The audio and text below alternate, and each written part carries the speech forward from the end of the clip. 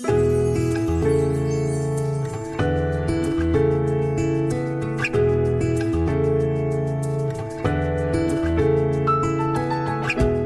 to the Topic of the Month with Kim Wardlow, an AINC original podcast. It's not easy being blind or going through vision loss, but we'll help you navigate these waters. Press on. Push forward. You've got this. Hello, and thank you for joining us for our Topic of the Month. We are finishing up the month with the topic of living independently, independent living. And today we will be joined by Tricia Dunn, and we're just going to be talking about getting out into the community and just getting around your community when you have vision loss, and maybe when either your vision loss has changed or your circumstances have changed. Maybe you're in a new place. So we will be right back with Tricia. This is Topic of the Month with Kim Wardlow. If you enjoy what you hear, please visit AIN Colorado for more shows, news, and articles read by our amazing staff and volunteers. If you have a question for Kim or would like to recommend a guest for future shows, please visit aincolorado.org/podcast-guest. Thanks for listening and enjoy.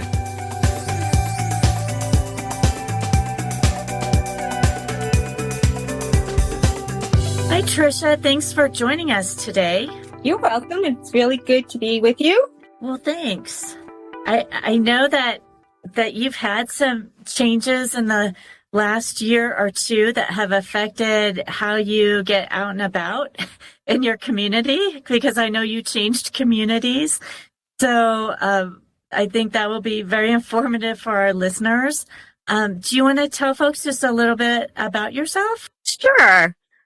I've been involved with Kim, with her organization a little bit last summer. I went on their big hike, which was wonderful. And it was so much fun to just connect with so many other people that have different losses, like visually impaired and stuff.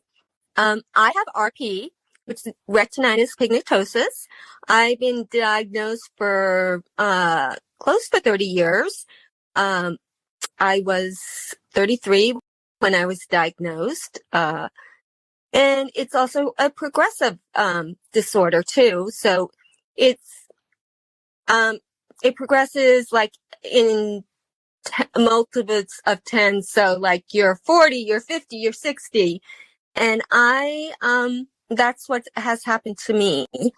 I am newly divorced, which I did not think that would be happening at this point in my life, but it is. And as Kim, the topic we're talking about today is independence. And it's definitely been a change for me in my life at this point in time. So thanks, Tricia. So you've had a couple changes. As you mentioned, you're recently divorced. So some of the assistance you may have had when you were at home, if you're living on your own now, you don't have that, but you also moved, didn't you? Yes. You know, living at home with my husband, he supported me. He, gave me a lot of, making sure that I didn't have to do a lot of things on my own. Living by myself, yes, I've moved to another state, Idaho, and I'm in an apartment by myself, which is the first time in 22 years. So that's a big change. But I've also realized that how capable I am, even still having my vision loss, and the things that I have learned about myself, and that I am capable of being alone and just also cooking for myself, getting out in the community that I live in. So yes, Kim. What was it like adjusting to being in a new city? Well, one of the things that happened too, I was very fortunate, and one of my dear friends let me live with her for almost 6 months, because we all know housing is hard. And so she kind of did a lot for me, but at the same time, little by little, just readjusting to a new lifestyle. I was starting to then, okay, I can do this. Like I can take the bus, so I would venture and, just make sure, okay, this is where the bus stop is. How far do I have to go? Where do I need to cross? So those were all, readjusting to a new lifestyle here in Idaho. But I, would venture out and I would say, okay, I've got this. I'm going to get myself on the bus. Mm-hmm. Well, you would have had to find all the grocery store and all the places that you were used to going when you lived in Colorado. You would have had to figured out Yes. where they were and how to get to them in your new location. Yes. Well, that's one of the nice things being here. I'm in a small community, which is very nice. There's there's pros and cons to that. But I used to live in this valley and I got drawn back to it. Also because I have support here. I have family here. So it's not a big actual town, but so the grocery store, I know where it is and, what stop to get off and everything. But it's also not easy. I had to go, like today I was in the grocery store with my friend and one thing, technology, I put a list on my phone, which was great. That was a big step for me to figure out how do I use my phone, because my friend said, it'd be better if you had a grocery list for me. It just, would make it a lot easier. So I figured that out yesterday for myself. But if I was going in by myself, I would either go up to the cash register or to the what's it called? Like the customer service. Yes, thank you. Go up to the customer service and say, obviously they look at me. Sometimes people look at you and they don't even know you have a disability. Right. I'm visually impaired. I need some assistance. And, I would just get a cart and they would, bring me around the store and I would get my groceries if I was completely by myself.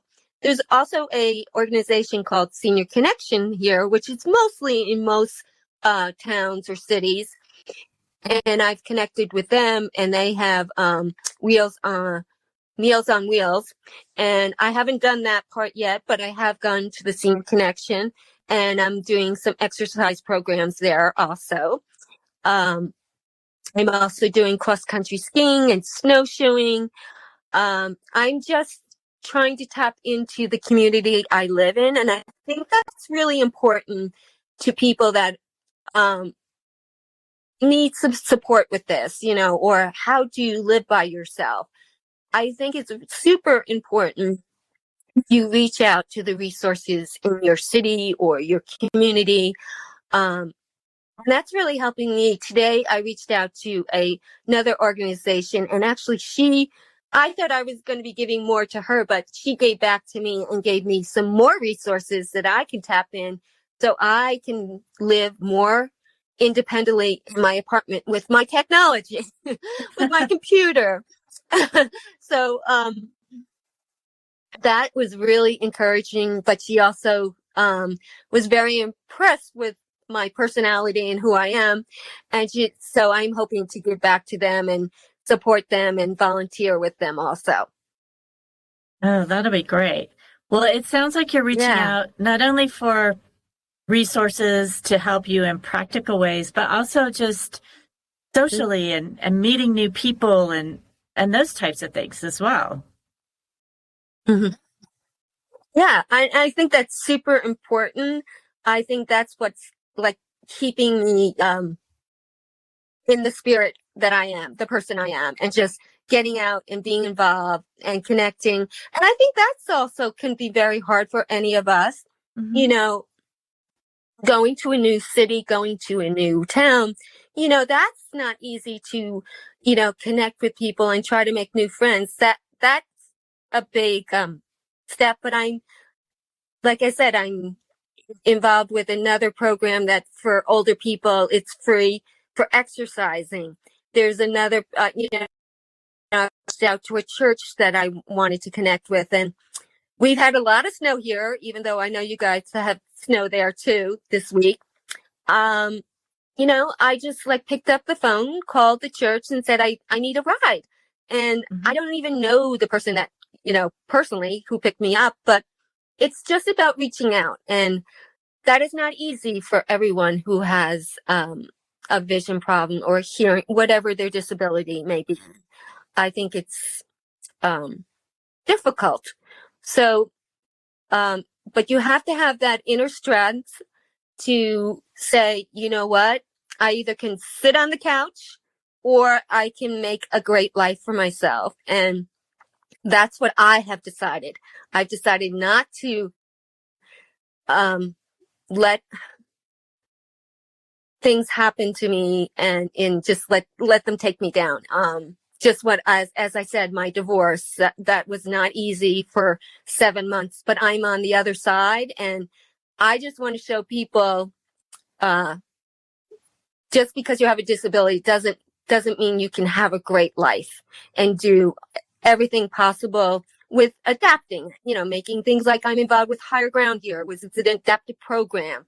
I hope to go downhill skiing maybe. Yeah, it sounds like you've really been reaching out and doing a lot, kind of putting a life together. Yeah, I feel like I'm evolving, Kim, as a new person. I also have learned a lot about myself, about my capabilities. Like sometimes when you're with them for a long time, you just get used to doing things for other people. And I just learned that little simple things that it sounds so funny, to say, oh, this sounds like such a simple thing for someone else to do. But then it tells me, oh my God, I didn't realize how capable, how strong I am, how brave I am, So all those good things. Yeah, because you've really stepped up and like you said, it's a choice. A lot of times you have to make that choice. Yeah. Everybody makes that for themselves. What are times that you do ask for help? I mean, you mentioned a couple. I know we've been talking in some of these about what independence means to you, because people have different ideas about being independent and what that means to them. I know sometimes I've had people say who've lost vision later in life to say, oh, well, independence would mean I could drive my car still. And it's like, all right, well, that's not probably going to happen right now anyway, unless we have driverless cars. But apart from that, some people are okay and even want some additional help or need some additional help. And some folks really want to be very, very independent and as you said, are capable of being very independent. But I think that's something that I have been learning through this process of being out here since July, about helping people and knowing that I need help to do things. Like, for me, it's, as I think as we age a little bit too, and we get, about technology and it's changing all the time. So I have like my cousins and my dear friend help me on the computer with applications and stuff. And I also find sometimes too, people will just see, like, I'll get off the bus and like, oh, would you like me to walk with you? Yes. Sometimes I think we get to the other side of, no, we don't want any help. I can do this completely. No, but I think it's also when we do that, someone is reaching out to you. My personality just says, yes, or can I take your elbow? And it makes it easier for me to walk faster, when I'm in somewhere. I think we should say yes. We should say, yes, it would be nice if you can help me. I think, the community, sometimes people that are visually impaired, they're just so like that they can't ask for help. But for me also, it's been a process because it does frustrate me that I can't do what some of the things I want to do, Right. like for one incident, just filling applications out on the computer. It's sometimes not accessible. Right. And then I have to reach out to my support team here. And, I ask them like, okay, do you have an hour or two that you can give to me? Because everybody has their life too. Mm-hmm. And that works for me. And they'll say, yeah, I can give you an hour today.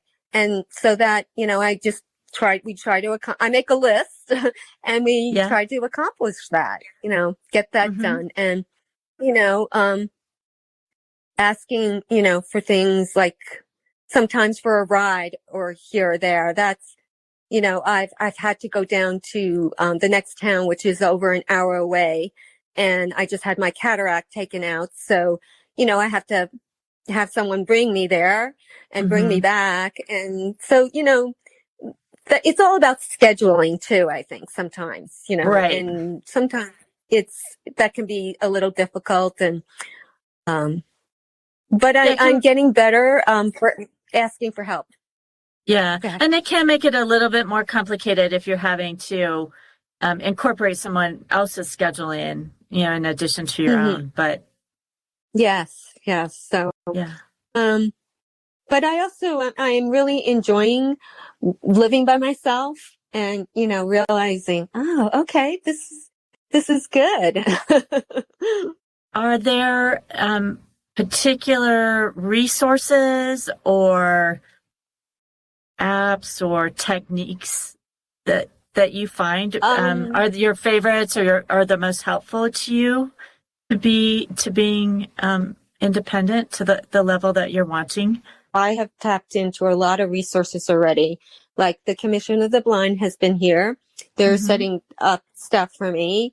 I've reached out to other resources like for, like electricity, um, to get some, support and to lower my bill. Mm-hmm. I've reached out to, at one point I reached out to SNAP. I'm not Mm-hmm. eligible.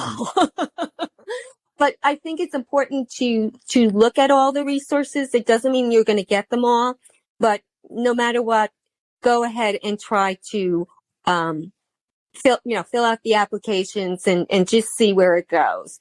Mm-hmm. We don't know. So things like that. Yeah, I'm just, the bus system, they're willing to stop at my driveway and pick me up. Oh, I just nice.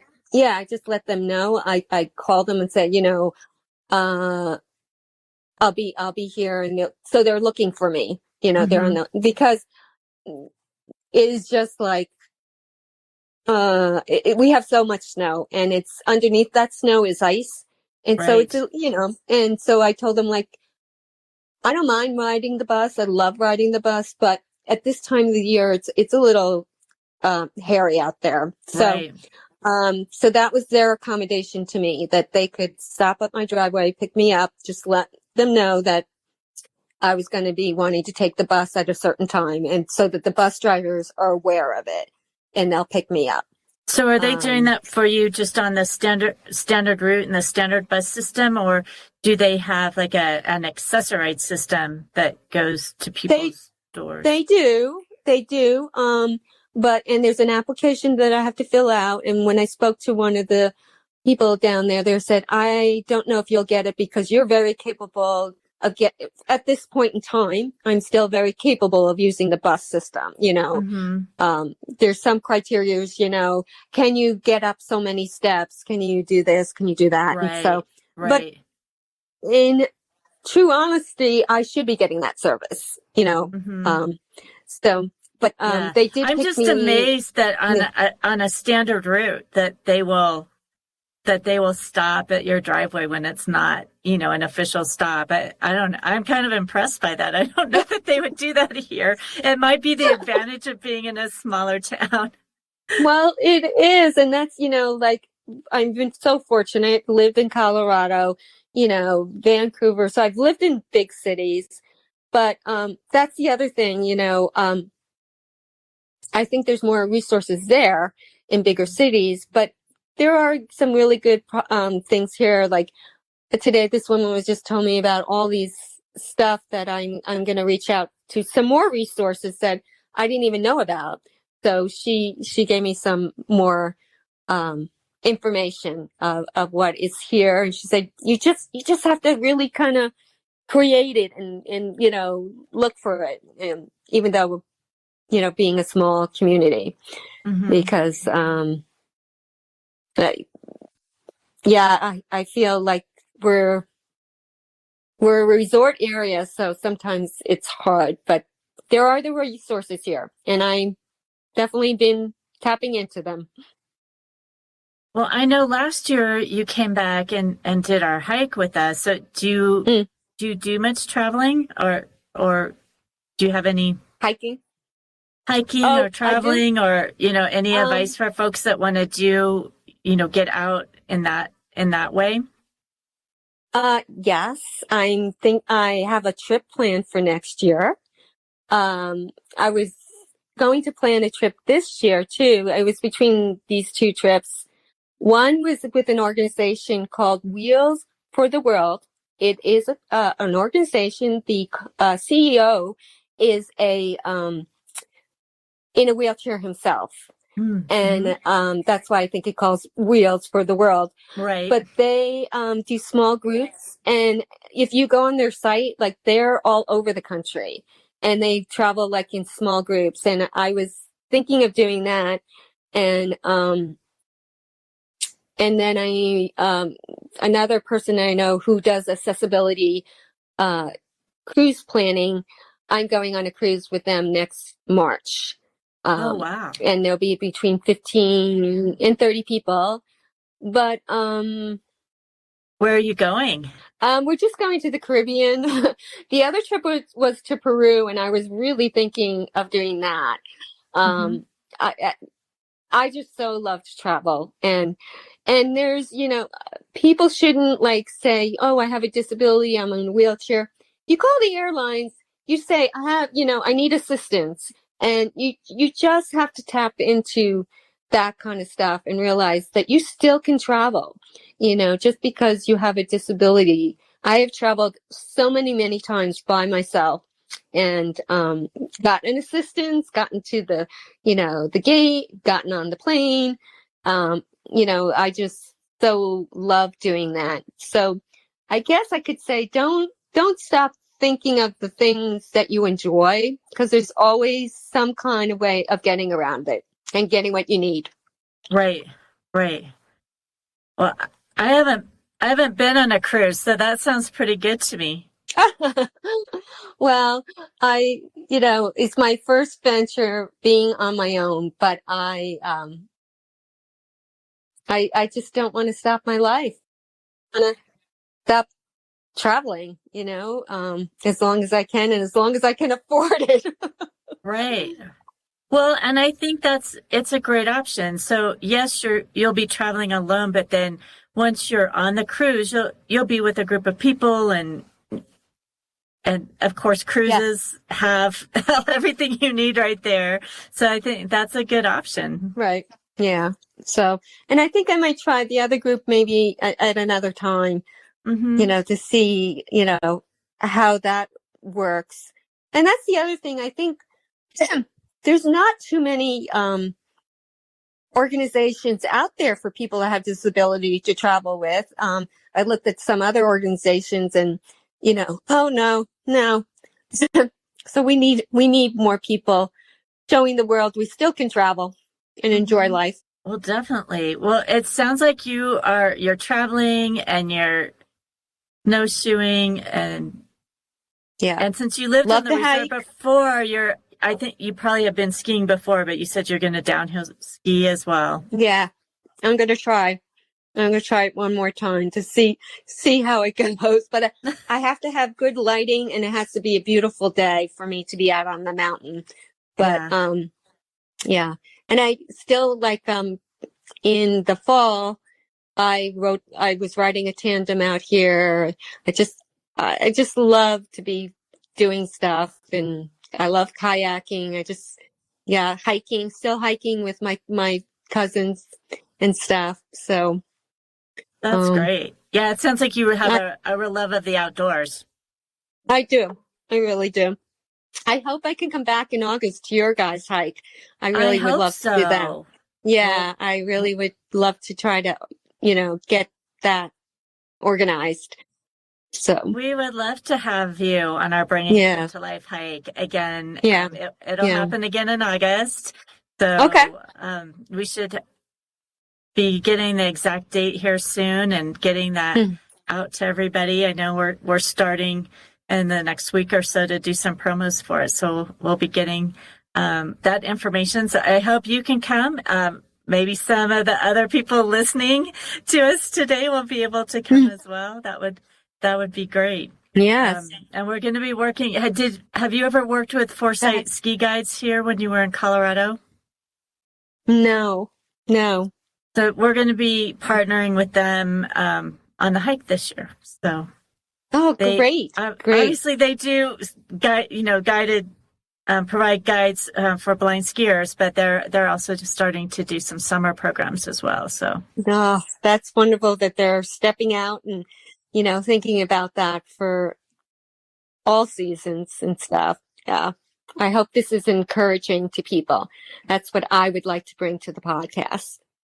Well, thank you, Tricia. I think you will be such an encouragement to people because I think it can be easy to, especially, I talk to people who lose vision later in life, or like you, they've had a condition that is gradual, and then they get to a point where, they're really having to learn some new techniques and doing things differently as they go along. And it can be easy to get discouraged and just feel like you're going to sit in your home. But when you have interests and it's all about adapting. It's worth getting out there.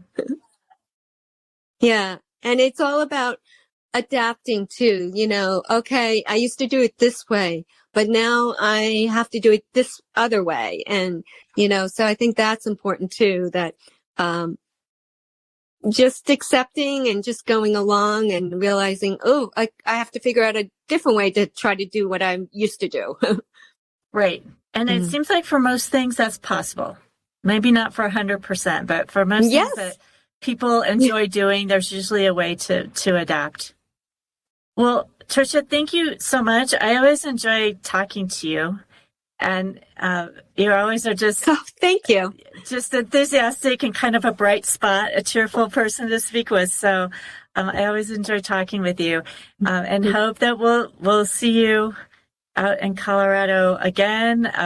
It's been many, many years since I've been to Idaho. My grandparents lived there, so I used to go every year as a kid. But if I get out to Idaho, I will give you a call. Look me up. I will. Well, thanks everyone for listening. This is our final week of independent living. And next week we will start our next topic for February, and it will be transportation and looking at least a few aspects of transportation. There are so many. We may have to do more than 1 month for transportation, but we appreciate you listening to the podcast. As always, thanks to Jonathan, our podcast producer, and everyone at AINC. Also, be sure to listen to our After Sight and our Blind Sight podcasts. I think you'll enjoy those also. And if you can, please leave us a review. You can do the 5 stars and give us a review there. And if you can make a comment, that would be even better. We appreciate it. Thanks for tuning in.